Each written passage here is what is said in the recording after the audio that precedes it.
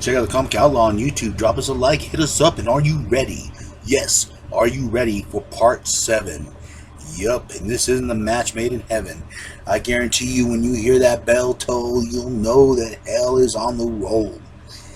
Yup, and now we have the 90s character Deathlock getting involved.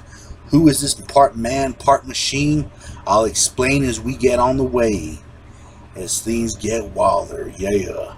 And now Team Spider-Man, that's what I've been calling them. They're kind of licking their wounds and making plans. Because they've just been getting smoked. Including the death of Cloak's partner, Dagger, or supposed deaths. This is comic books, and sometimes people die, but they don't die, if you know what I mean. And Spider-Man decided to use this hideout. This is originally the place where Carnage is raised. And they're basically planning out how they're going to get allies, what they need, and most importantly, just a way to neutralize Carnage. Now, Spider-Man's still on the fence about killing him, and this is what everyone's discussing, because everyone's pretty much down to take down Carnage by any means necessary. But Spider-Man's conscience is getting to him. But, as it's been said, you can't have an army without any killers. And that's the main problem they have here. But, of course, they decided to go get a ray gun, a special ray gun, created by one Mr. Fantastic, Reed Richards himself.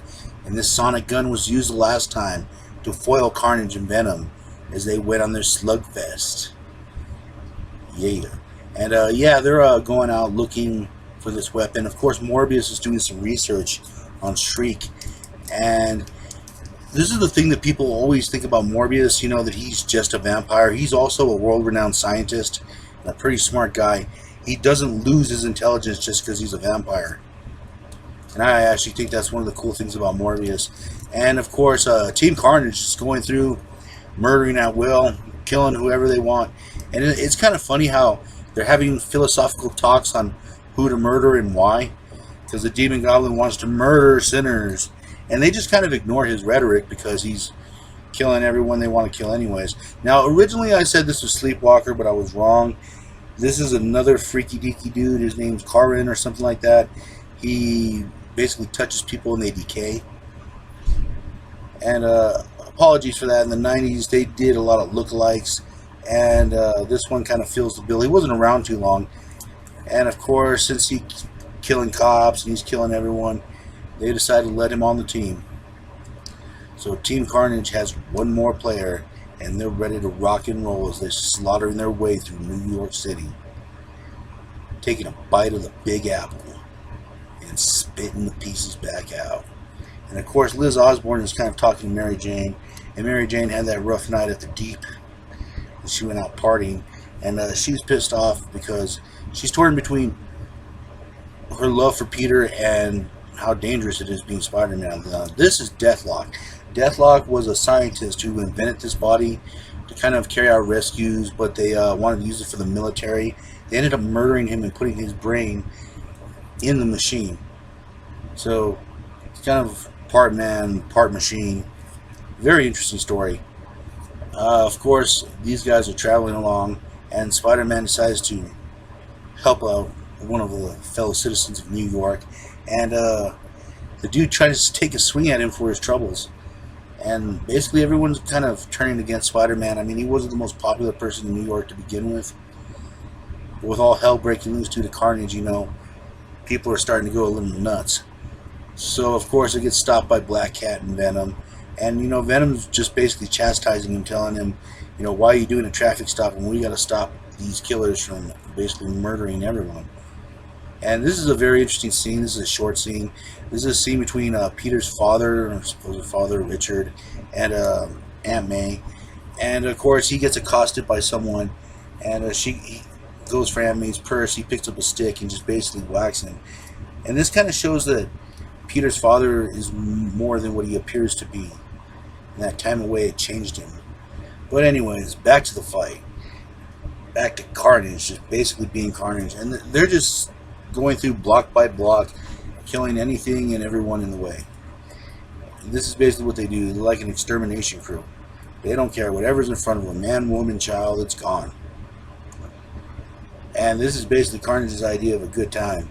He's at the circus. He's at the Wonder World. He's the Mad Hatter of Murder World. He is Alice, and he's making the teacup spin, baby. But out of nowhere, Deathlock comes in. Deathlock has an impressive array of weapons. He has, of course, that AI that kind of guides him. And he was a brilliant scientist before all this. So he has a lot of advantages, but, and this is the big but that I've been talking about through this whole series, they take on the team by themselves. And yes, he does make progress for a while, but the numbers game is just simply too great for him. I mean, this is basically like back in the 90s when they fought the NWO. The guys from WCW were fighting 1-on-1 or 1-on-10, 1-on-8, and yeah, they would do good for a while, but eventually the numbers would just win out. And this is exactly what happens with Deathlock. He ends up getting shocked, getting electrocuted, and of course his system kind of overloads. And this is where Carnage, kind of gets an idea to leave a little message, a little symbol, and most of all a warning for Team Spider-Man, because he knows this isn't over yet. He knows they'll come for him, and he's waiting just to rip Spider-Man's skull out. So he decides to leave him a little message. Now, back in the Fantastic Four Plaza, it looks like it's probably been blown up again by some supervillain again, and of course the security system's been webbed up, taken care of, and they have to break in, I guess, because Reed's gone, to get this cannon. It's an emergency. Of course, Venom breaks down the door. They grab the sonic cannon, but this is the Fantastic Four, and of course the alarm kind of goes off, the silent alarm, but who is alerting? But in the meantime, Cloak appears, and he brings Firestar, and Firestar was from a cartoon series where Spider-Man lived with her and Iceman for a while. She generates fire, and she was part of the New Warriors, so she'd be pretty useful considering that the Symbiote's weaknesses are fire and sonic. So now having an ally that has fire and having that sonic pistol, they're ready to face off with technology on their side. But will it be enough? Will this new ally in Deathlock and Firestorm, will it be enough to take down Carnage? Or will this bloodbath continue to drench New York City? We'll find out the next time, and I'll catch you on the flip side.